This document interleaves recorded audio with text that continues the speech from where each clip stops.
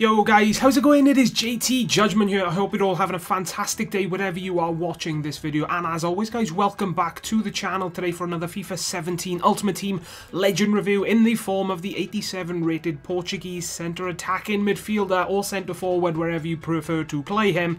It is Deco, guys. That's right, guys. We're going to be taking a look at Deco in this video. But before I get into it, I'm going to give a massive shout out to the boy that was nice enough, guys, to let me use his account to do this review. It's the same guy that let me use Hernandez as well as Portugese. So definitely a massive shout out deserves to go his way. All links will be in the description. As always, if you guys head on over to his account, said a massive thank you from me as well as yourselves, guys. I'd really appreciate it. That'd be awesome. Also, if you guys are looking to pick up some MSP, some PSN codes, maybe you want to get ready for team of the season, I don't know, guys, then I definitely recommend checking out cdkeys.com. I will leave a link to those guys in the description as well for any of you that are interested. So guys, stats wise, with the legend Deco in FIFA 17 Ultimate Team, on the card you are getting 83 on the pace, 78 on the shooting, 88 on the dribbling, 89 on the passing, 39 on the defending, and 68 on the physical. You look at his in-game stats, guys, 90 on the vision, 85 reactions, 88 composure, 86 on the agility, 91 on the ball control, 92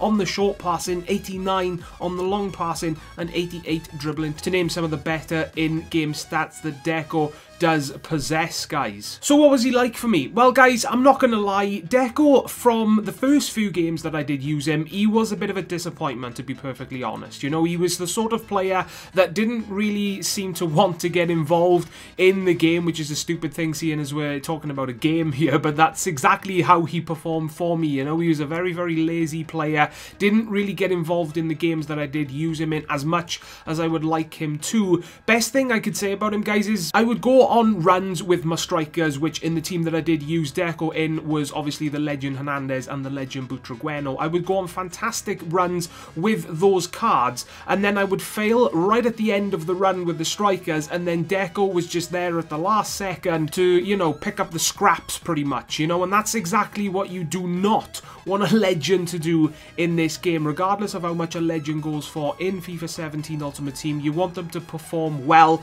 and you want them to be able to, you know, change games essentially, especially if you are using an attacker legend in this game, you know. And for the first few games, Deco was not that for me, but towards the end of using this card, he completely changed for me, guys. I don't know why he was performing so bad in the first handful of games and so freaking awesome in the final handful of games, but guys, the way he performed for me in the final few games, it completely was worth the wait. He was absolutely fantastic, guys, but he's not perfect, you know. He does have a couple of weaknesses which I will go through now, one of which is his aerial ability. I don't think this is something that you're going to want to use on a regular basis with this card, but seeing as this is a review, guys, I have to get everything covered in this video. And aerial ability for me personally anyway really wasn't the greatest, so I doubt it will be for you as well. His strength for me is something to keep in mind also, because for me it really didn't take much, guys, to muscle him off the ball. So if you do like a good strength in your centre attacking midfielders or centre forward position, wherever you do prefer to play Deco, then obviously then it is something to keep in mind, guys, because for me he was really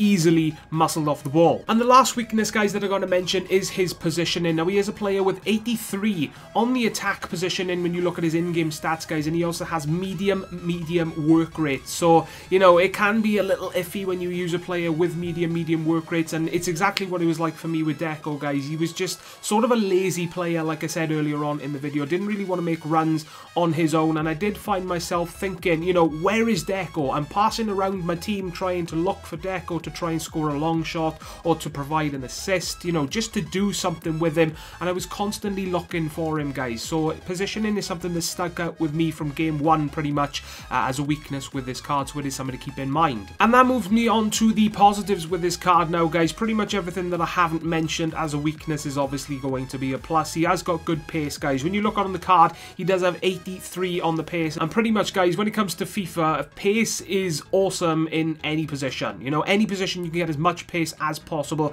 and it does help play the game, that is for damn sure. At least it does for me anyway. way, you know? So no problems whatsoever there for me, guys. His shooting was fantastic with either foot. Now, he is a player with 3-star weak foot and 4-star on the skill. So if you are a skiller, then you can score some fantastic looking goals. That is for damn sure with this card. And like I've said multiple times in the past, guys, if you're not a skiller, then that is fine. They are there for you to practice and one day master, you know, so you can eventually start scoring some fantastic looking goals. But when it comes to his weak foot, guys, even though it is a 3-star, for me it proved to be very, very, very effective. He did score a couple of nice goals inside the box. Shooting from a distance was fine. His finishing inside the box was fine as well. His passing for me was awesome as well. Thankfully, I can say passing is a positive with the player. I mean, you look at his in-game stats and the stats on the card, and it's exactly what you expect. You know, 89 passing on the card, 92 short passing, and 89 long passing in game. You shouldn't be disappointed with stats like that. And for me personally, guys, passing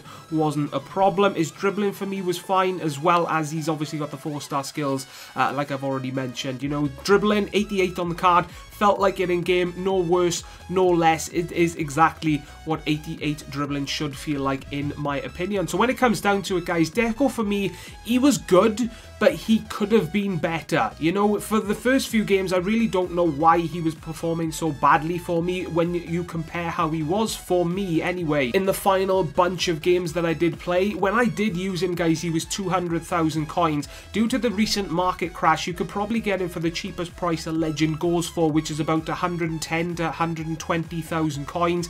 I gotta say, guys, Deco is definitely worth that price tag. That is my opinions. Let me know yours in the comment section down below, guys. I'd be very interested in hearing that. Also, guys, drop a like if you did enjoy this video and it did help you decide whether or not to go out and buy the player for yourself. Subscribe today if you guys like the content that you do see that I do put out onto the channel. And as always, guys, most importantly, please take care, and I will see you all next time.